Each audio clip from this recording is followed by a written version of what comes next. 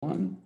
Good evening, YouTube. Welcome back to the channel. It's Monday, January the 11th, 2021, and it's Sean checking in today for our frequent student loan payment, where we work together, paying down Navient, trying to get her out of our lives, and follow along with me specifically as I make nearly daily payments on these loans, trying to get them taken care of and pounded out. If you're not familiar with the channel, my goal is to pay down a total of $283,000 in student loan debt from chiropractic school. I graduated in 2009 with $167,000 in debt, and I spent about 10 years living in complete denial and hiding from them, not doing anything about it. I didn't understand how the loan processes worked. I heard about this thing called income-based repayment and student loan forgiveness, and I figured all would be fine. And I really never worried about it. And I did everything I could to ignore it and go about my life. Yet I've quietly dealt with the stress of that over the last 10 years. So here it is, 2021, and 40 years old this year. And I'm finally like, I'm sick and tired of these things. I want to get rid of them. So the purpose of my channel is to create an accountability blog and impart some knowledge along the way. What I want to show you is that paying down debt is a daily discipline, and it's a testament to the fact that small commitments lead to large commitments, and small sums of money paid consistently over time can pay down enormous sums of debt. So without further ado, what I like to do, if this is the first time here, I dive into my actual Navient account. I don't hide anything. You're going to see what my loans are day in and day out. You're going to see a fluctuation. If you watched last Friday, you're going to see a fluctuation where there was some interest that accrued over the weekend. My interest currently accrues at $45 a day, and it comes out to roughly $315 a week that I have to cover just to meet the interest bill. And that doesn't include paying down the principal, and it doesn't include the taxable income that I also have to contribute to make these payments. So if you think you're paying 6.8% on your loans or 7% on your loans, you're not. It's a heck of a lot higher because you have to factor in the income tax on top of it.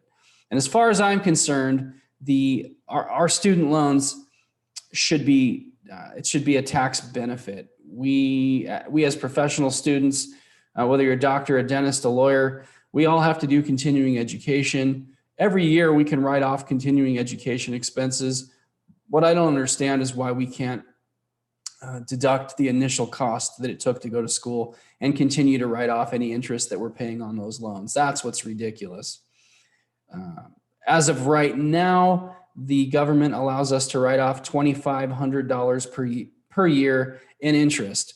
To give you some idea, my loans accrue interest at about just under $1,400 a month.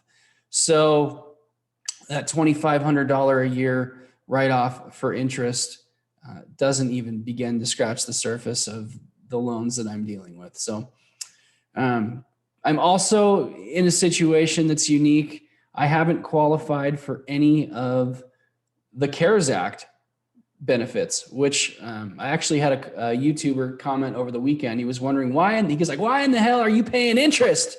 And I'd like to say the same thing. I actually called them after a couple of months waiting for my interest to stop because it was supposed to be shut down. And what ended up happening was I called and spoke to them, and they said, oh, you have private loans. They're federally backed, but my loans are actually considered something called FFEL loans. And they're essentially a private loan. It costs so much to go to professional school, in my case, chiropractic school, that normal Department of Education loans don't offer that sum of money to go to professional school. So my loans are granted by banks and other private lenders that offer up the money and then the government backs it. So I'm eligible for income-based repayment or income-driven repayment. I can get forbearance. I can get student loan forgiveness after 25 years. And just to clarify, I now understand how these things work. I can get student loan forgiveness after 25 years as long as I make all of my payments on time, which I have, and I'm about 10 years into making timely payments. However, at the end of 25 years, anything that is forgiven is considered taxable income for that year. So if I were to continue to pay the minimums on my loans every month and watch them grow by $1,000 or more every single month, by the time another 15 years rolls around when my loans are forgiven, they could be, over $500,000, $1 million. I've never done the math. I don't want to do the math. It would be ugly. I'm sure one of you guys who's good with a calculator could figure out what I would owe. But let's just say I don't want to go there. So I've made the decision that I'm going to pay these suckers off. And I'm going to recap some of the things I've discussed previously in other videos just to catch you up to speed. What got me started was I think part of it was approaching 40 and that reality that, whoa, I'm not old, but I'm not young anymore. And I'm sick and tired of lugging these things around. And maybe life just doesn't look the way I thought it was going to look by 40. Let's see if I can block that light. Is that better? I am not a professional YouTuber or video maker yet, so give me some time. But anyway, about a year ago, I had that realization that, holy hell, I've got to get a jump on these things and I need to get some momentum. So what I started with was I picked the two smallest loans that were in my account, and they were $2,700-ish per loan. And I just decided, man, I'm going to do something. I'm going to start making a payment every day, even if it's $5. I'm going to try to make a payment. Even if it's not every day, I'm going to try to make a payment as often as possible, multiple times a week. And I'm going to attack those first two loans and just see what it feels like to pay something off. And in my case, I decided I wanted to pay two loans off at the same exact time. So I attacked them both since they were basically the same exact balance.